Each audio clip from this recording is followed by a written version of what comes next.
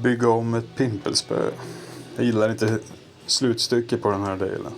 I butten alltså. Det är bara ett litet billigt pimpelspö. Ganska styvt, men jag vill göra en annan butt, så jag håller på att göra en här. So I'm rebuilding an Icerod, a short one. I didn't like the butt piece. It was what's it called? Veneer, cork veneer, and black foam in the butt. I didn't like that so much. So I used champagne corks. I just drilled it out, and now I'm making a fitting into the handle.